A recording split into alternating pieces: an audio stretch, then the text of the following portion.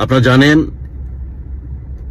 মধ্যপ্রাচ্যে যুদ্ধ হচ্ছে, বাংলাদেশে জিনিসপত্রের দাম হু হু করে বাড়ছে। বাংলাদেশের অসংখ্য প্রবাসী মধ্যপ্রাচ্যে আছেন, তাদের মুহুর্মুহু ভিডিও আসছে, তাদের জীবন নিয়ে তারা শঙ্কিত। সেখানে মিসাইল নিক্ষেপ হচ্ছে, তারা বাংকারের ভিতরে পালাচ্ছেন ইত্যাদি, এগুলো আপনারা দেখছেন।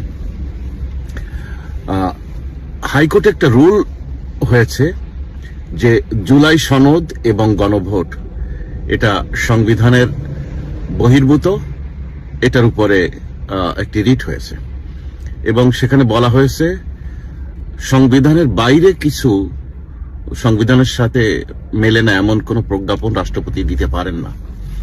তাহলে গত 18 মাস যাবৎ ডক্টর ইউনূসের শাসন আমলে যে 133টা প্রজ্ঞাপন রাষ্ট্রপতি জারি করেছেন, আইনের ভাষায় এগুলো অবৈধ।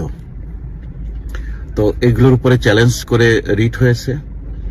এখন শুনানি ছিল গতকাল, সরকারের পক্ষ থেকে একটু সময় নেওয়া হয়েছে, এই জন্যে ঠিক শুনানির ফলাফলটা জানা যায়নি, সিদ্ধান্ত হয়নি। তবে স্বরাষ্ট্রমন্ত্রী তিনি তার সালাউদ্দিন আহমেদ তিনি মিডিয়ার সামনে বললেন যে হ্যাঁ, আমিও শুনেছি যে আজকে এই ধরনের একটা রিটের শুনানি হওয়ার কথা। তো আমরা অপেক্ষা করছি যে আদালত কি সিদ্ধান্ত দেয়, সেই বিষয়ের উপর আমরা সংসদে আলোচনা করব। তিনি পরিষ্কার বলেছেন যে আমরা সংসদ সদস্য হিসেবে নির্বাচিত হয়েছি, আমরা কোনো সংস্কার কমিশনের সদস্য হিসেবে নির্বাচিত হইনি। তো এই জন্য সংস্কার কমিশন বলে কিছু নাই। এই জন্য বিএনপির এমপিরা শুধু একটি শপথ নিয়েছেন, সেটা হলো এমপি হিসেবে, সংসদ সদস্য হিসেবে। এবং অন্য একটি দলের জোট, জামাত এনসিপির যে জোট, তারা কেন 2টি শপথ নিয়েছে এটি সম্পর্কে তিনি বললেন যে এটা তাদের বিবেচ্য বিষয়, তাদেরকে জিজ্ঞেস করেন। তবে সংবিধানে এই ধরনের কিছু নেই। আমরা সংসদে আলোচনা করে সিদ্ধান্ত নেব কি কি সংস্কার করা হবে, কি কি হবে না ইত্যাদি, কিন্তু আমরা যা করব সংবিধানের মধ্যেই করব। এটা হলো স্বরাষ্ট্রমন্ত্রী বললেন। কিন্তু এর ভিতরে যে আসিফ মাহমুদ সজীব ভুইয়া, তারপরে আপনার এনসিপির বিভিন্ন নেতারা, তাদের মাথা খারাপ হয়ে গেছে এই রিটটি আদালতে যাওয়ায়। তারা পরিষ্কার বলছেন যে এনসিপির বিভিন্ন নেতা বলছেন যে জুলাইর আন্দোলন নিয়ে, জুলাই বিপ্লবের বিষয় নিয়ে আদালতে যারা যাবে তাদের সাথে সেই আচরণ করা হবে 5 আগস্টে শেখ হাসিনার সাথে যে আচরণ করা হয়েছে। এটা থেকে আরেকটু বাড়িয়ে তাদের নেতাকর্মীরা ফেসবুকে স্ট্যাটাস দিচ্ছে ওই উকিল সাহেবদের ছবি দিয়ে, যারা আদালতে গেছে তাদের ছবি দিয়ে, যেদেরকে যেখানে পাবা সেখানে পিটিয়ে ঝুলিয়ে রাখো। তো তার মানে সেই 5 আগস্টের আগে বা পরের যে মব সন্ত্রাস, সেই একই ভাষায় এই সরকারের আমলে কথা বলছে এনসিপির নেতারা। তার মানে বর্তমানে যে একটি সাংবিধানিক সরকার আসছে, তাদেরকে সংবিধান সম্মতভাবে রাষ্ট্র পরিচালনা করতে দিতে চাচ্ছে না এনসিপি। কারণ ডক্টর ইউনূসের সরকার কোনো সাংবিধানিক সরকার ছিল না, সে সময় যা খুশি তাই করতে পেরেছে তার মানে আদর্শ পুষ্ট বা তার স্নেহধন্য সন্তান তুল্য এনসিপির নেতৃবৃন্দ, তারা ওই সময় যা খুশি তাই করতে পেরেছে। কিন্তু এখন তো সাংবিধানিক সরকার, এখন তো যা খুশি তা করতে পারবে না। তা এখন যদি যা খুশি তাই করে, তাহলে বুঝতে হবে দেশে এখনো আইনের শাসন প্রতিষ্ঠিত হয়নি। আর যদি আপনারা বলেন হ্যাঁ আইনের শাসন প্রতিষ্ঠিত হয়েছে কারণ এটা সাংবিধানিক সরকার, তাহলে আমরা দেখতে চাই এই হুমকি যারা দিয়েছে তাদের বিরুদ্ধে কি ব্যবস্থা গ্রহণ করা হয়। এটা তো এক ধরনের আদালত অবমাননার অপরাধ। দেশের সংবিধান মেনে আপনি একটি বিষয়ে আদালতে যাবেন, গেলে আপনাকে তারা মবের হুমকি দিবে, তো এটা তো একটা বড় ধরনের অপরাধ। এই পোলাপান্ডাই তো একসময় সাবেক প্রধান বিচারপতিকে যে পিটিএ পদত্যাগে বাধ্য করেছিল। এই পোলাপানরাই তো অসংখ্য লয়ারকে পিটিএসে আদালতের মধ্যে, যে এরাই তো আওয়ামী লীগের যত নেতাদের দেখেছে আদালতের মধ্যে হিয়ারিং এ গেছে, জামিন নিতে গেছে, বা তাদেরকে ধরে কিভাবে পিটিএসে এমনকি মেরে ফেলেছে, এরকম তো এই ডক্টর ইউনূসের আমলে এই বাহিনীই করেছে। এটা তো সবার কাছে ভিডিও আছে, নিউজ আছে, সবাই সাক্ষী। কিন্তু সেটা ছিল একটা মবের সরকারের সময়ের ঘটনা। কিন্তু এখন তো তা না, এখন তো সাংবিধানিক সরকার। তারেক রহমানের উচিত এই বিষয়ে খেয়াল দেয়া এবং কঠিন হস্তে আইনের শাসন প্রতিষ্ঠিত করা। একটি চিঠি দেখলাম ডক্টর ইউনূস এই 12 তারিখে নির্বাচনের 2 দিন আগে 10 ফেব্রুয়ারি তারিখে নিজেই নিজেকে আগামী 1 বছরের জন্য ভিভিআইপি প্রোটোকল দেওয়ার জন্য আইন সংশোধন করে তিনি এটা জারি করে গেছেন। তো আসলে ওই আইনটায় আপনার রাষ্ট্রপতি বা প্রধানমন্ত্রী বা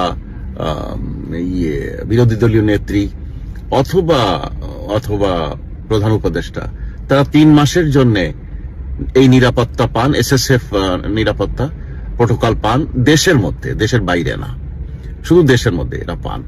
কিন্তু ইউনূস কি করলো, তার একার জন্য, বাকিগুলোকে কিন্তু চেঞ্জ করেনি। বাকিগুলো 3 মাসের জন্য আছে, দেশের ভেতরে প্রোটোকল পাবে।